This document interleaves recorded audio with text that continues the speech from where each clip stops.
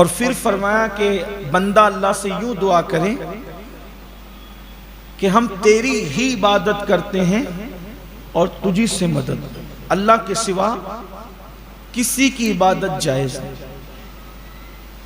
مٹی، پتھر، درخت، شجر، حجر، کسی کی عبادت، اللہ، صرف اللہ کی عبادت۔ یہ سر جھکے گا تو صرف اللہ کی عبادت، اللہ کے سوا کسی کی عبادت، سجدہ کسی کو روا نہیں۔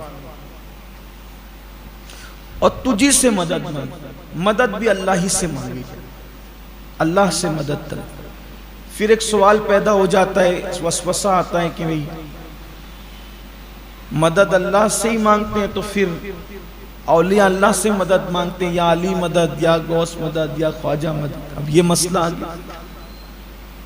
تو بات یہ ہے کہ یہ عقیدہ رکھ کر کہ اللہ نے ان کو اتنی قوت عطا کی ہے کہ اللہ کے اذن سے یہ جس کی چاہے مدد کر سکتے، تو وہ مدد بھی گویا کہ اللہ ہی کی مدد، واسطہ بندہ بنا اور مدد کس کی ملی؟ اللہ۔ جیسے شافی کون ہے؟ شفا دینے والا کون ہے؟ اللہ۔ لیکن ہم کیا کہتے ہیں؟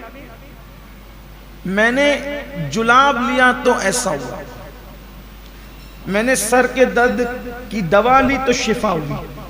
حالانکہ دوا شفا نہیں دیتی، شفا کون دیتا ہے؟ تو ذریعہ کون بنا؟ دوا بنی۔ تو جیسے شفا کے لیے دوا ذریعہ بنتی ہے، ویسے ہی مدد کے لیے اہل اللہ ذریعہ بنتی ہے۔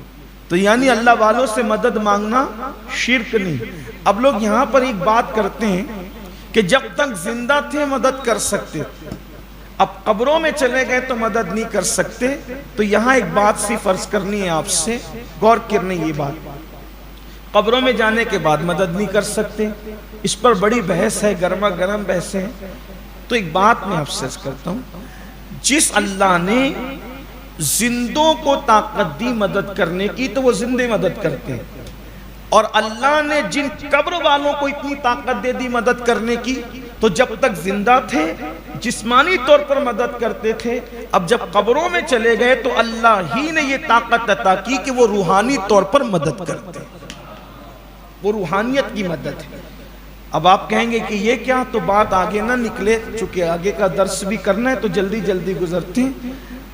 جسم سے زیادہ طاقتور انسان کی روح ہے، اور روح اس جسم کے پنجرے میں قید ہے۔ تو پرندے کی پرواز اڑنے کی اور طاقت پنجرے میں زیادہ ہوتی ہے، پنجرے سے باہر نکلنے کے بعد زیادہ ہوتی ہے۔ کہاں ہوتی ہے؟ باہر۔ تو جب تک روح جسم کے پنجرے میں ہے اتنا اس کی طاقت کا ظہور نہیں ہوتا۔ جب یہ جسم کے پنجرے سے باہر نکلتی ہے تو اللہ تبارک و تعالیٰ اس کی اور طاقت کو بڑھا دیتا ہے۔ یہ چیز روحانیت کے اعتبار سے وہ مدد کرتے ہیں، اور روح نہیں مرتی، جسم مرتا ہے، روح نہیں مرتی۔ اسی لیے شیخ عبدالحق محدث دہلوی اشعت اللمعات میں لکھتے ہیں کہ 4 ولی ایسے ہیں جو اپنی قبروں سے زندوں کی طرح تصرف کرتے ہیں، ان میں سے ایک ہمارے مرشد سرکار شیخ عبدالقادر جیلانی غوث اعظم۔ تو اللہ کے اذن سے، یعنی اللہ کی عطا سے مدد کرنے کی بات ہے تو اللہ والے مدد کر سکتے ہیں، ٹھیک ہے؟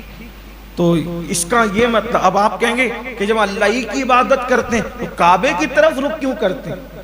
تو اللہ کی عبادت کرتے ہیں، عبادت رخ کعبے کی طرف ہے، عبادت اللہ کی ہے۔ تو ایسے ہی مدد ولیوں کی طرف ہے مانگنے کے لیے، لیکن حقیقی مدد اللہ ہی کی ہے۔ اس پر ہمارے بزرگوں نے بہت سی دلیلیں دی ہیں، یہ یہاں میں نے اختصار کے ساتھ عرض کیا۔ انشاءاللہ اگر کوئی بندہ چاہے گا تو اس پر مزید تفصیلی بحث بھی ہو سکتی ہے، گفتگو ہو سکتی ہے، یہاں اس کا موقع نہیں۔